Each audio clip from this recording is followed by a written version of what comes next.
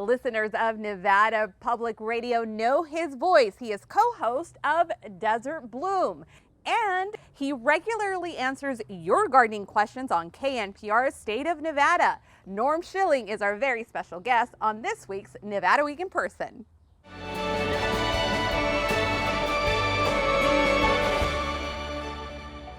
Support for Nevada Week in Person is provided by Senator William H. Hernstadt.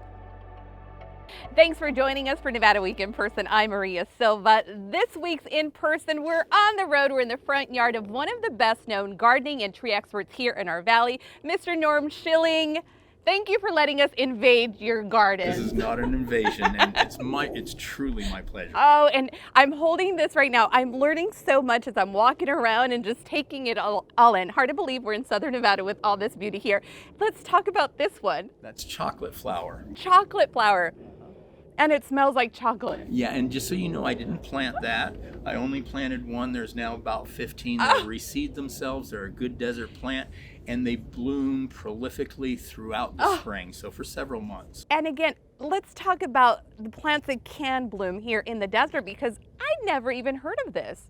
Yeah, well, one of the challenges we have here is that there's a lot of plants that do really well here that are hard to find in our nurseries in the valley. Now, they do have some nice desert plants, but there could be more, and sometimes you need to go online and go. The best thing is to get you'll pay $8 for a little baby like this instead of a 1 gallon, but the most important thing is to get the right plant. And there's some really cool websites out there, like High Country Gardens, where you can just go explore desert plants, and they describe them well. So just play online and order some stuff. You are check out our nurseries too. Yes. And there's a new nursery coming called Mojave Bloom, and probably 6 months, a year from now, it'll open, and that's our nursery. We're gonna have our own nursery. And we will specialize in desert plants, or plants that do really well here. And let's talk about some of the plants that do really well here. I would be happy. Let's do it. All right. It depends on. So, desert plants generally do much better. They like our soils. They tend to have really long bloom seasons. They have incredible texture, color, form. But they're less problematic. But there's a lot of more what I call temperate region plants, moderate water use plants that will also perform well. So behind us we have a blood orange. Citrus can do really well. But here in this garden, there's a big area of pink flowers right behind there. I didn't plant any of them. There's hundreds of penstemons that have reseeded themselves. A lot of them reseed themselves. Oh my gosh, there's so many to choose from. And the cool thing about gardening, for me and for many people, is as you learn, there's always more to learn. There's always something new to captivate you. Or you go down these rabbit holes and you become an expert in agaves or oxalis, or who knows. And I love how passionate you are. And I mean, I can see it right here as I'm sitting next to you. I watched some of your videos. Where did that passion start for gardening? How old were you? When were you here in Las Vegas by that time? Yeah, I came here when I was 10. I thought this was the most butt ugly, can I say that? I guess the most butt ugly place on earth. I grew up in Woodland. Well, I grew up in Woodland, and I did not appreciate the desert at first. But when I got into my teens and 20s and I started getting out in the desert, it was pretty amazing. And I've climbed that mountain, and there's just so many beautiful lands around here. But gardening itself it was happenstance. I used to work up at the city dump. It was a really cool job. I directed traffic. I worked it out with my boss where I could salvage aluminum, copper. I found really cool stuff. I learned, it brought out the entrepreneur in me, because I would salvage trash, and then I would go to the yards, the swap meet, and sell Las Vegas or trash back. Anyways, but I was going to get fired for salvaging. I wasn't allowed to do so, but my boss was on the take, and so was his boss. This is like 70s, 80s Vegas, you know. And as I was waiting to get fired, I kept thinking, well, what am I going to do? And there were all these guys that came to the dump every day, and they had these pickups full of grass. And I thought, if they can do it, I can do it.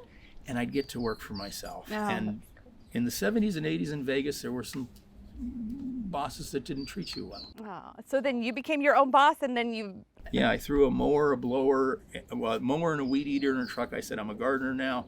Then about a week or two later, I bought a blower because it really does save a lot of time. And then people would ask me questions. I didn't know the answers. I found out there was a class at CSN where they were going to talk about turf care, but it was 2 semesters.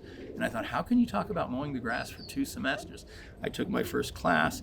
12 years later, I finished both of the programs, and as I did it and learned about it, it became more and more interesting, and it just pulls you in. It's just so fascinating. And I have to say, I do love that CSN has that. I didn't even know that Well, even existed. unfortunately, the program's no longer Oh, there. darn it. Yeah, me too. Maybe you can bring it back.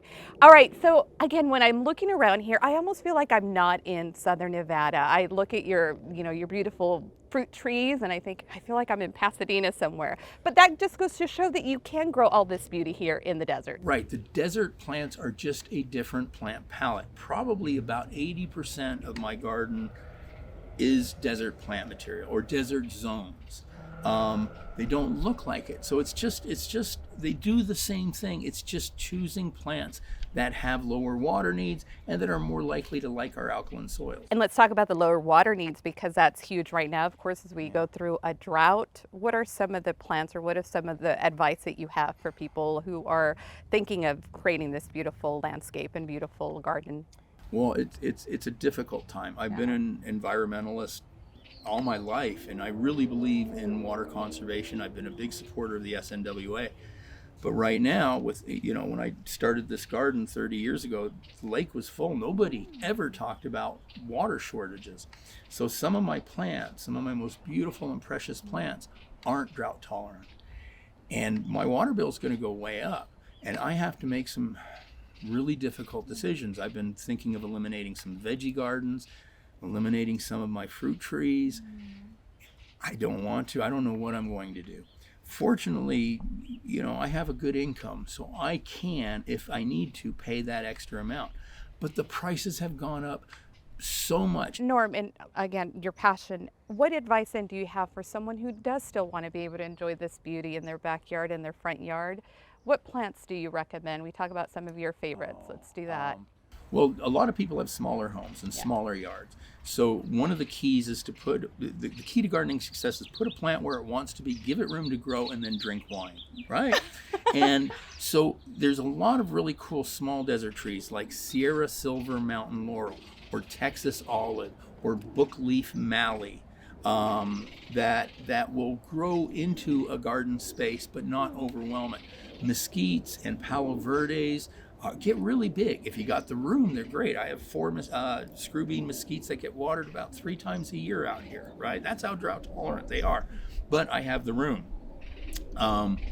But you don't want to grow a large tree in a small space because you have to prune it. It's a lot more work and it's not going to be as attractive.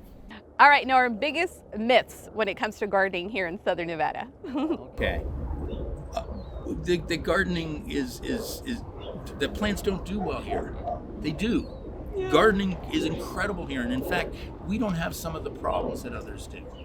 In humid climates, there's a lot of problems with fungal diseases, and in this dry climate, we don't have to deal with a lot of that. And that you can't grow fruits and veggies. I mean, I've got like 9 citrus trees. Right. But the grapefruit, my wife called me last year, 2 years ago, just to tell me she was eating the most delicious grapefruit of her life. And these little trees, they're not that old. They give us these huge, some of them are that big, but they have thick rinds. But anyways, it's just, you can eat a lot. And veggie beds, if you do a raised bed, nice rich soil, good irrigation, so you can grow all sorts of stuff here. And I guess the third one would be that desert gardens are by nature boring and ugly and harsh, and you know what, they often are because they're not done well. They put a shrub every 7 feet on center and it's just boring and there's all this harsh rock. It doesn't need to be like that. Desert plants are just a different plant palette, and they often have incredibly long bloom seasons, 8 months, 10 months of the year, or just all sorts of textures, colors, form, colors of foliage, silver and purple and blue. Gorgeous! And it just all pops. Okay, so I need to put you on the spot. It's like, again, we talk about like having to choose your favorite child. No, Mom, they're all the same. So but I am putting you on the spot. Which one is your favorite plant or flower? There's, all right. Favorite flower. It's a cactus. It's a Trichoceros hybrid called Flying Saucer. The flower is that big. The colors are muted from orange to pink into a yellow throat with green stamens, and it's big enough you can put your face in there and be a bee. And if it's backlit, the petals are translucent and it just lights up, right?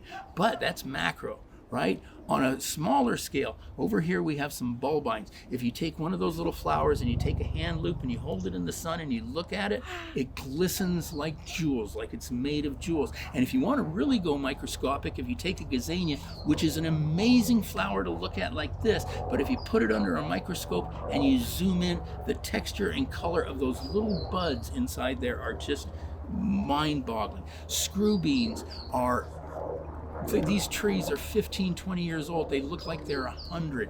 The bristlecone pines up on the mountains, the big leaves and belize where you can just pet the leaf.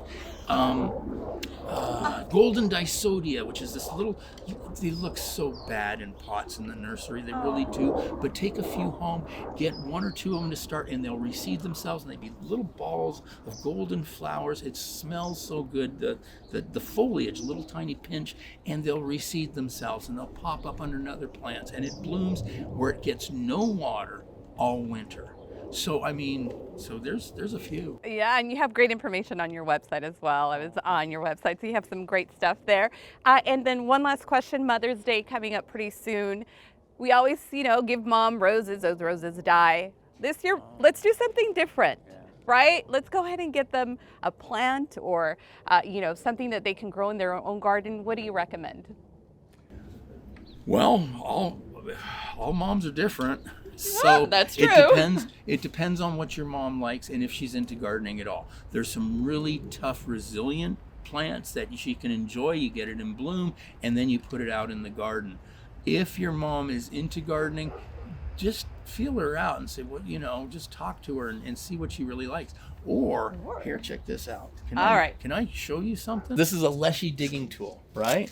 It is it is the best gardening tool because I used to break trowels all the time. This is, I was using it earlier. That's good, and you're putting it to good use.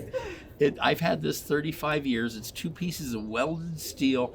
It is indestructible. It costs like about probably $45-50. Look, the sticker's still on. I love it.